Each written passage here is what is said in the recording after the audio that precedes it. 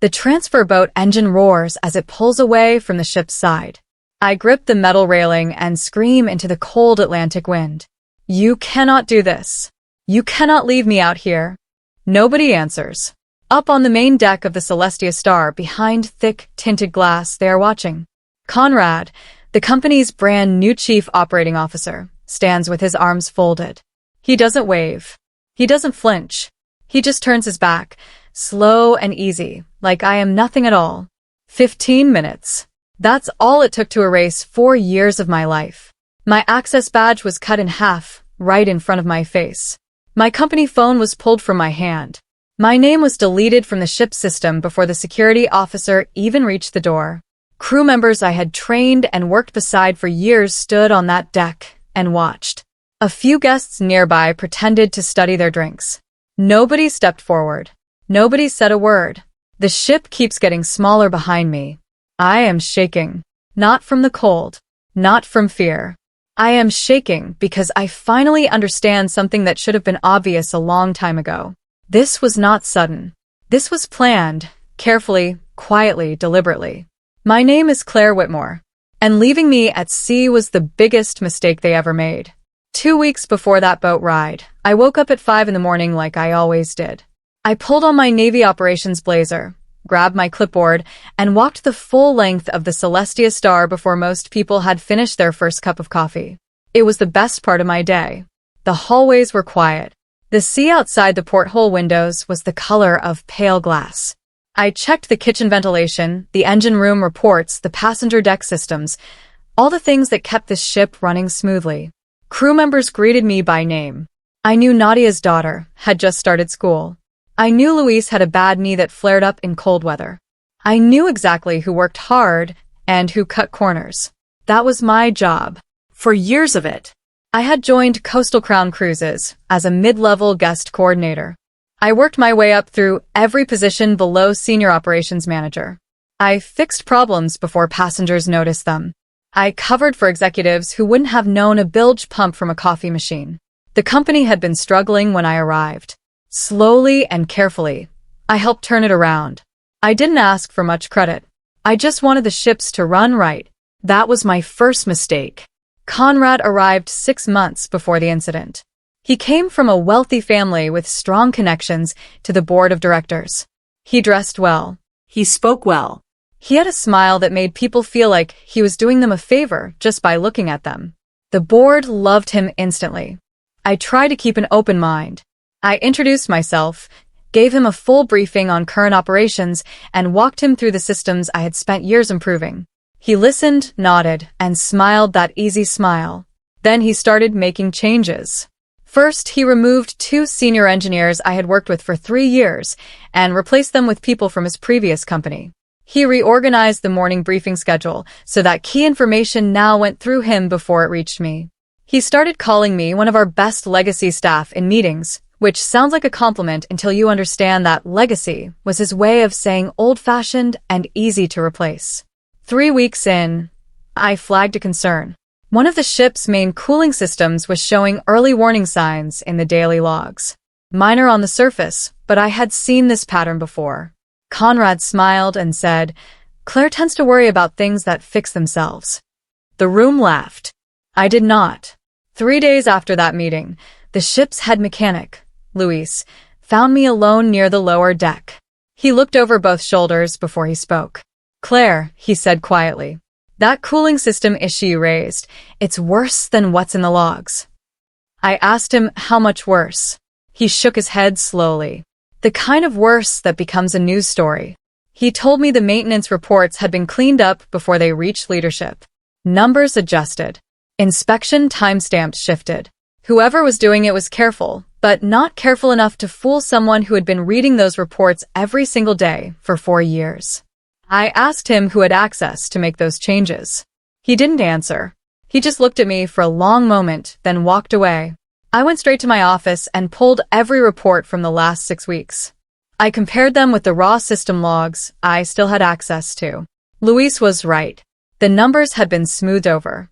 Problems had been relabeled as monitored or resolved.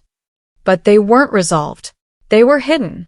I printed everything and locked the copies in my personal storage locker on deck 4, not the filing system Conrad's team now managed.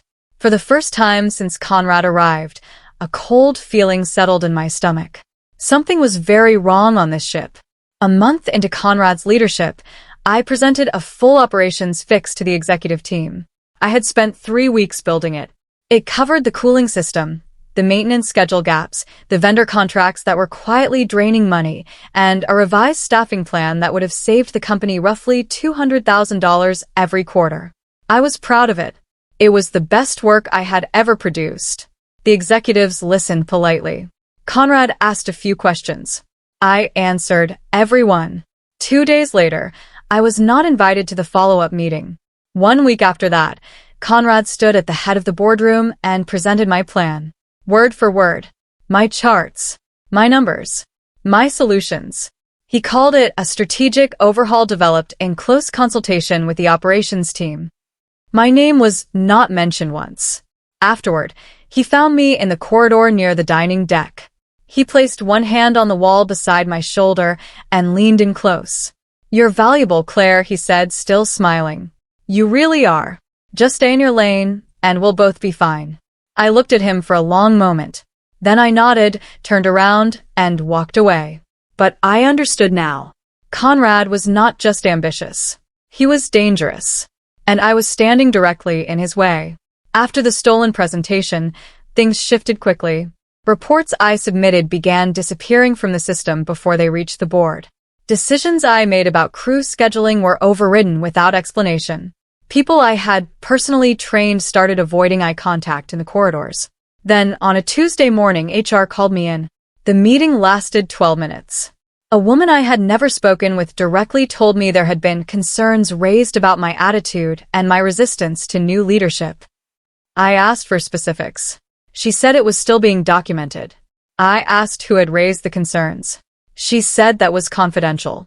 I left that meeting and went directly to the Deck 4 storage locker.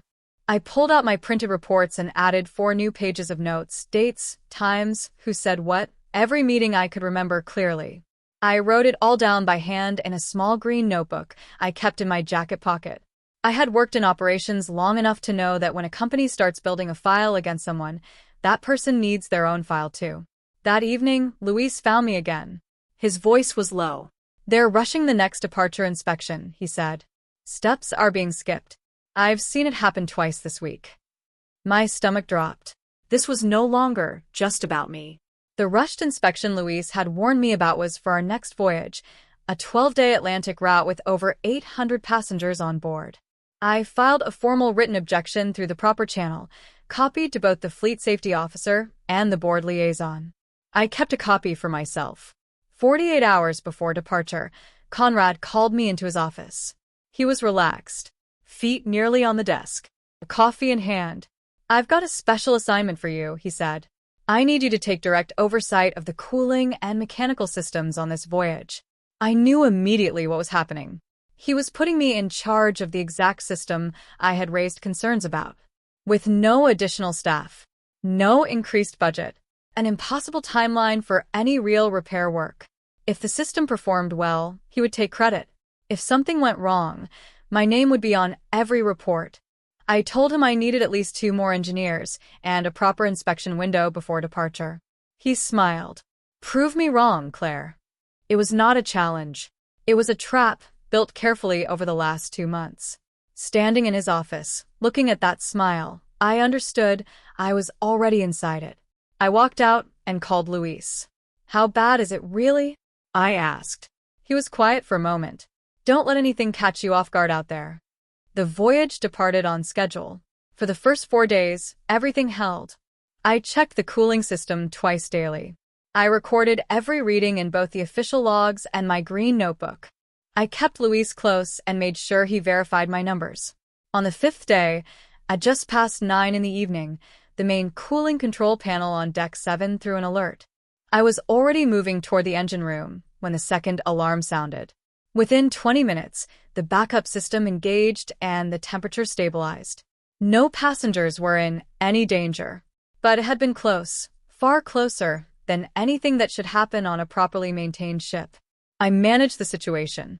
My team sealed the affected corridor, rerouted 2 service lines, and kept everything calm. By midnight, the issue was fully contained.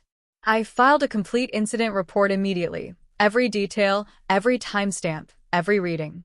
By the time I finished, it was nearly 2 in the morning. I thought about sending it to Conrad. Instead, I sent it directly to the board liaison, the fleet safety officer, and the company's external auditor. I saved every confirmation receipt.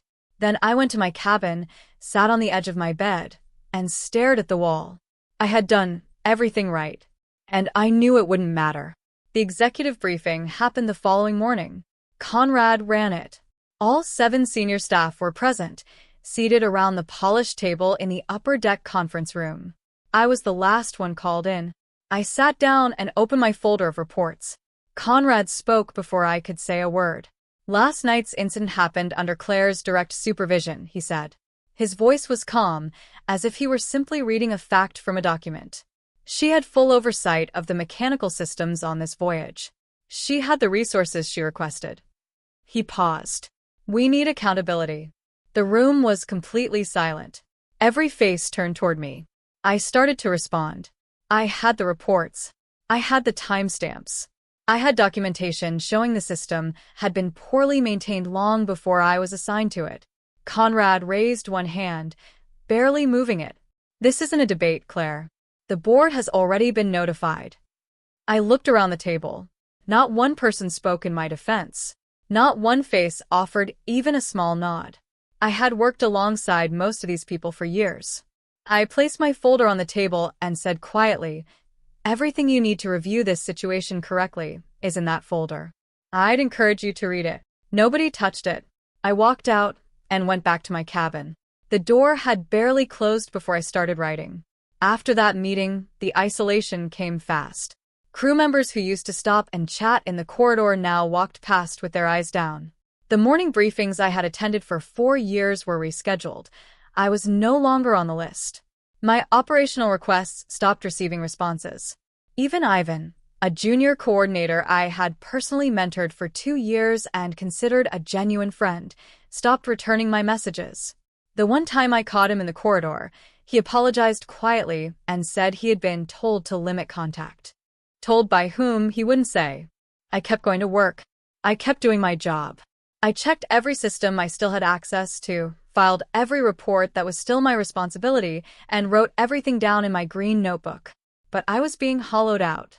Slowly. Professionally. This is what they do when they have already decided to remove someone. They don't fire you immediately. That creates too much noise and too many questions. Instead, they make you invisible. They strip away your access, your relationships, your sense of belonging. They make you feel like you are already gone. Then, when they finally do remove you, everyone has already forgotten you were there. I had watched this happen to 3 other people before me. I had just never expected to be next. I compiled everything on a Saturday. Spread across my cabin bed, I laid out every document I had gathered over the past 3 months. The original maintenance logs and the altered versions placed side by side. The incident report from the cooling system failure. The HR meeting notes. The stolen presentation. The formal objection I had filed before the voyage. My green notebook with every date, name, and conversation written in my own handwriting. I organized it into one clean, clear file, not emotional, not accusatory, just factual and precise. I wrote a formal cover letter addressed to the full board of directors, the fleet safety regulator, and the company's external audit firm. I outlined the safety risks clearly. I described the pattern of document manipulation. I attached supporting evidence behind every single claim. Then I emailed everything to every address on the list. I kept every sent confirmation. I did not copy Conrad. I set my laptop on the small desk, leaned back in my chair, and looked out the porthole at the dark water. I felt calm for the first time in weeks. I had done this the right way. No tricks. No anger. No shortcuts. Just the truth, placed in front of the right people, with solid evidence behind every sentence. 3 hours later, there was a firm knock at my cabin door. It was security. They sat me down in a small conference room near the upper deck. Conrad, the head of ship security, and a man I didn't recognize in a gray suit. The room was cold. The table was bare. Conrad spoke first. His voice was measured and almost gentle. "Claire, effective immediately, your employment with Coastal Crown Cruises is terminated. No explanation. No review process. No opportunity to respond." I asked on what grounds. The man in the gray suit slid a single sheet across the table. It cited conduct detrimental to company operations and failure to manage assigned systems responsibly. I looked at Conrad. He didn't blink. "Your personal belongings will be packed by your cabin steward and transported to you. You'll surrender your badge now." I placed it on the table. Then came the part one wasn't prepared for. "Given the sensitivity of current operations, you'll be escorted off the vessel at the next transfer point. A maintenance tender will take you to the nearest port." I looked at him steadily. "You're not just firing me," I said slowly. "You're removing me from the ship." Conrad straightened his jacket. "It's cleaner this way." I looked at the man in the gray suit. He stared at the table. I stood up, pushed in my chair, and walked out. They had made their decision. Now it was time to make mine. Back on the transfer boat. Back in the cold Atlantic wind. The Celestia star is a gray shape against the pale sky now, shrinking, getting smaller with every wave the tender crosses. I watch it until I can barely make out the name on the hull. I think about the morning briefings I ran on that ship, the crew I hired and trained, the safety reports I filed every week for 4 years, the cooling system incident I contained while everyone else was asleep.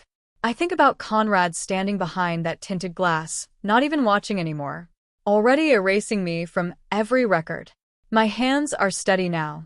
The shaking stopped somewhere between the conference room and this boat, because something changed in that room the moment I placed my badge on the table. I realized they hadn't just fired me. They had exposed themselves. They put my name on a system they knew was broken. They made me the face of an incident they had caused. They fired me without any proper process. Then they had me physically removed from the vessel to stop me from speaking to anyone on board. Every single one of those moves left a mark, and I had documented every one of them. As the port appears on the horizon, I open my notebook to a clean page. I write one sentence at the top. They just built the case for me. The port town was small. A main road, a few restaurants, and a hotel called the Harbor Rest that charged $40 a night. I checked in with one suitcase and the folder tucked under my arm. I sat on the edge of the narrow bed and gave myself something I hadn't allowed in months. I let everything hit me. Every meeting. Every warning sign I had pushed aside. The way Conrad smiled when he cut me off in that conference room. The empty faces around that table. The security officer who wouldn't look at me as he walked me off the ship. I let it all land. Every piece of it. Full force. Then I dried my face, opened my laptop, and got to work. First, I organized every document into clearly labeled folders: safety reports, incident logs, HR records, correspondence, the altered maintenance files. My green notebook I typed up entry by entry and saved as a separate document with date stamps. Second, I searched for a maritime employment attorney. I found 3 with strong records in wrongful termination cases and sent a brief, factual email to all 3 that same night. My phone buzzed while I was writing the 3rd message. Unknown number. I almost didn't answer. "Claire." The voice was low and careful. "It's Luis." I sat up straight. "You were right about all of it," he said. "And it's getting worse out here." Over the next 2 weeks, the calls kept coming. Luis first, then Nadia, then 3 engineers whose names I had included in my original safety report. Then a former vendor contact named Petra, who had worked with the company for 6 years before Conrad's team cut her contract without a proper reason. They all said the same things in different words. The maintenance shortcuts were continuing. The reports were still being adjusted before they reached the board. 2 crew members had filed internal complaints about working conditions and been quietly reassigned. The incident from our voyage had been officially recorded as a minor calibration issue, resolved. I was careful. I told everyone the same thing. Don't do anything outside your normal duties. Keep working. Document what you observe. Save copies of anything that seems unusual. I wasn't building a revenge plan. I was building a record. Every call I logged with a date, time, and a clear summary. Every document shared with me I stored in a secure cloud folder with two-step verification. I also filed a formal whistleblower complaint with the maritime safety regulator. Every detail included, fully supported, professionally written. My attorney, a calm and sharp woman named Audrey, who had practiced maritime law for 15 years, reviewed everything and told me the case was solid. "Don't rush this," she said. "Let the truth do the heavy lifting." I was learning to be patient. 3 weeks after I left the ship, Audrey called me with something new. She had been doing background research on coastal crown cruises through publicly available financial filings and court records. What she found changed how I understood everything that had happened to me. The company was in serious financial trouble.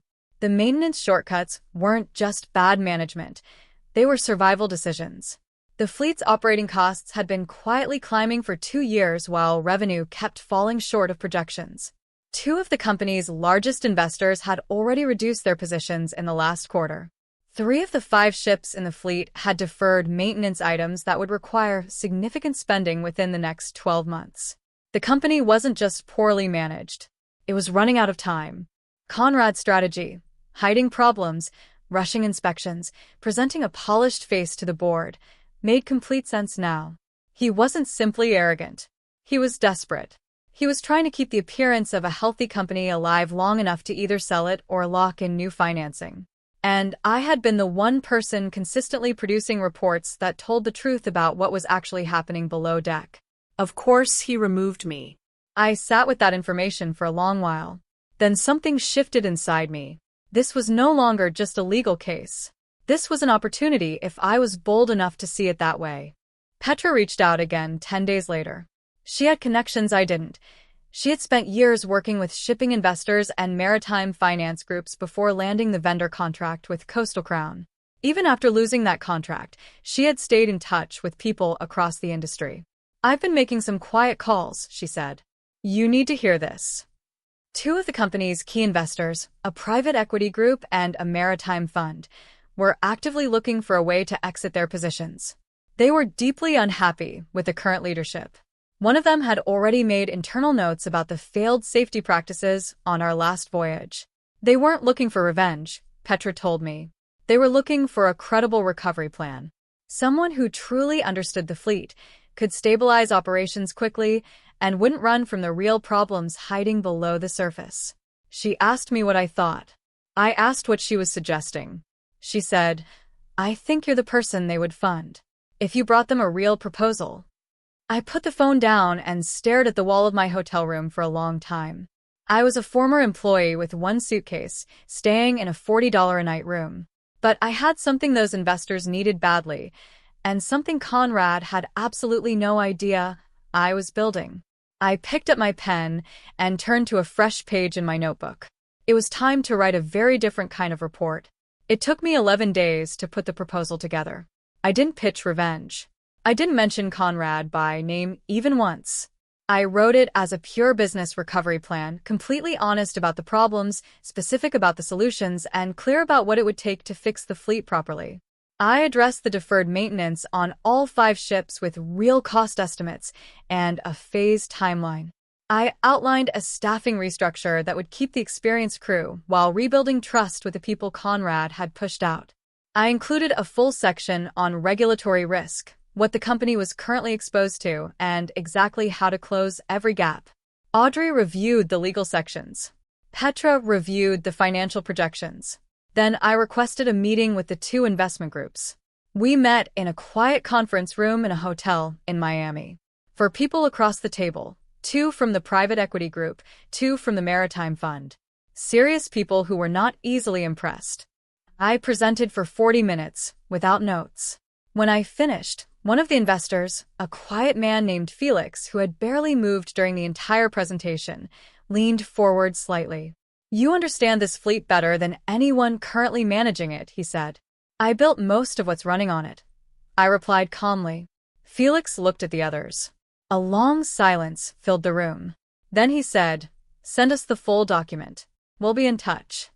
I walked out feeling something I hadn't felt in months, like I was in control again. Word got back to Conrad within a week. I don't know exactly who told him. It didn't matter. What mattered was that he knew I was talking to investors and that my proposal was being taken seriously. His first move was a letter from the company's legal team, a cease and desist claiming I had been sharing confidential information and interfering with business operations. Audrey read it and called me the same afternoon. "This is a pressure tactic," she said flatly. "They want you to back down. But everything you've shared with the investors is either public information, your own original work, or protected under whistleblower regulations. There's nothing in this letter they can actually enforce." She sent a formal written response within 24 hours. His second move was more personal. He contacted 2 people in my professional network and told them I had been let go for serious operational failures. He was trying to damage my reputation before I could put it to use. But the investors had already done their own research. They had reviewed the regulatory filings, the safety inspection records, and the full timeline of events. They didn't need anyone to explain to them who was responsible for the state of that fleet. The facts were already doing the talking. Conrad was frightened. And frightened people make mistakes. I just needed to wait for his. The collapse started in month 2. A Port Authority inspection of a second vessel in the coastal Crown Fleet, the Crown Vela, resulted in a formal safety deficiency notice. The issue was nearly identical to what I had documented in my reports months earlier and outlined in my whistleblower complaint. The notice was public record. Within 48 hours, a travel journalist who had been quietly investigating passenger safety on cruise lines published a detailed article. It referenced the deficiency notice and included quotes from 3 unnamed crew members, at least one of whom I recognized by the way he phrased things. Passenger booking cancellations started rolling in within a week. The company's stock price, already soft, dropped sharply over 2 trading days. The board called an emergency session. I know this because Felix called me the morning after. "The board is asking serious questions," he said. "The kind your proposal already answers." He told me the investment group was ready to move. They were prepared to trigger their exit clause from the current ownership structure and support a full operational takeover if I was prepared to lead it. I didn't hesitate. My voice was steady when I answered. "Tell me exactly what I need to sign." Felix arranged the call with the full board 3 days later. I was sitting in a small rented office I had been using for the past month, just a desk, a printer, and a reliable internet connection. Audrey sat beside me. Petra was patched in by phone. The board members joined one by one. 8 in total.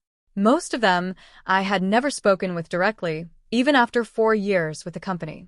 That fact alone told me a great deal about how this organization had really been run. When everyone was connected, the board chair, a measured older man named Roland, spoke first. "Ms. Whitmore, we understand you have a recovery proposal for the fleet." "I do," I said. "We'd like to hear it." I had already sent them the full document, but I walked them through the key points again, clearly, calmly, without any emotion in my voice. The maintenance backlog, the staffing gaps, the regulatory exposure, the phased recovery plan, and the cost projections behind every number. When I finished, the room went quiet. Then Roland said something I had not expected. "We're also aware that certain members of current leadership may have contributed significantly to the situation that brought us here." I kept my voice even. "The full documentation on that is included in the appendix." Another pause. "We'll be in touch within 72 hours, Roland said. They were. And this time it wasn't an email. It was an offer. The offer came through Audrey. The board, backed by both investment groups, was prepared to negotiate a management buyout structure. The exiting investors would sell their positions at a distressed price. A new operating entity would be formed. I would hold the controlling operational stake, funded through the investors' recovery capital. In plain terms, if I agreed to the deal, I would own the fleet. Audrey walked me through every clause. We negotiated for 6 days. My terms were straightforward. Full operational control from day one. The authority to restructure leadership across all 5 vessels without board interference for the first 90 days. A mandatory independent safety audit before any ship returned to service. and full legal protection for every crew member who had provided information during the investigation process. The board pushed back on the leadership restructuring clause. I didn't move. The current leadership structure is the source of the problem, I told Roland directly. You can accept that, or you can find someone else. But whoever steps into this role will need the exact same authority I'm asking for. He was quiet for a long moment. Then he said, agreed. We signed 4 days later. I closed my laptop, leaned back in my chair, and looked out the window at the water. I owned the fleet. I owned the ships I had quietly built from the inside out. And Conrad had absolutely no idea. He found out the next day. Conrad's response came in 3 stages, all within the same 48 hours. First, his attorney sent a message claiming I had used confidential information to undermine the company and damage its current leadership. Audrey responded within the hour. Every document I had used was either public record, my own original work, or legally protected whistleblower disclosure. Her reply was 3 pages long and very precise. Second, Conrad contacted 2 board members directly and told them my entire proposal was driven by personal anger over being fired, that I had no genuine interest in saving the fleet, only in hurting him. Roland forwarded me the message and asked if I wanted to respond. I sent back the complete incident timeline, every date, every event, every documented step I had taken through proper channels over 4 months. No emotional language. No accusations. Just a clean sequence of facts, clearly labeled and easy to follow. Third, Conrad requested a final meeting with the full board to make his case in person. They allowed it. I was also present.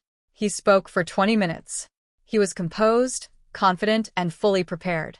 Then I laid the complete documentation on the table. Printed, organized, tabbed by category. Nobody asked Conrad a single follow-up question.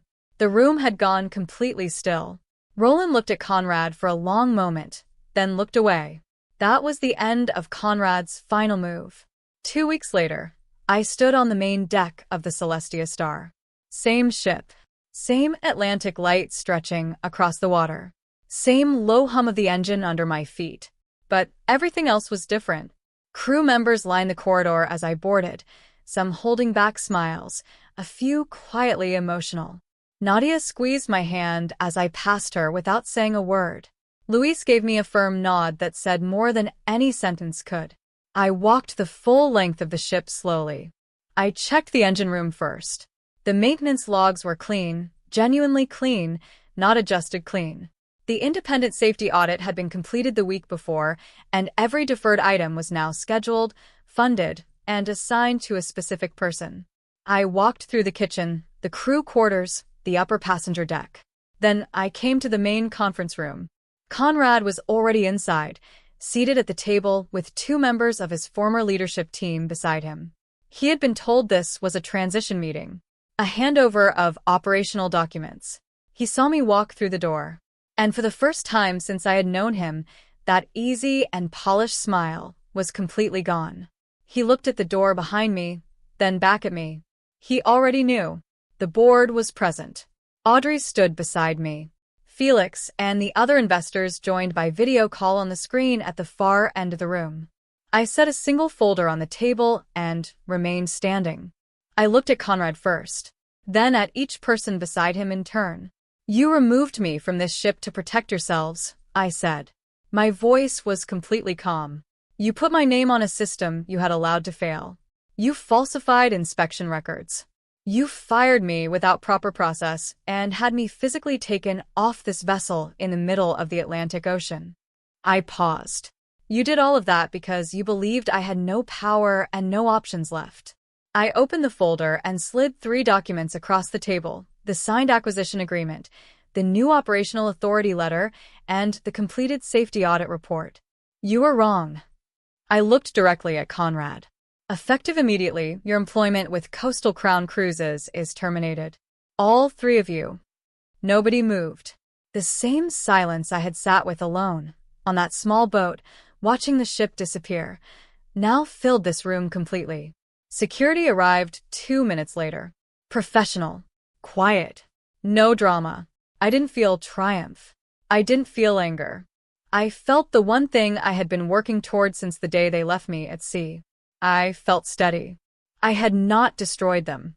They had built this ending themselves, one careless decision at a time. I simply made sure the truth had somewhere to land. And it landed exactly where it needed to.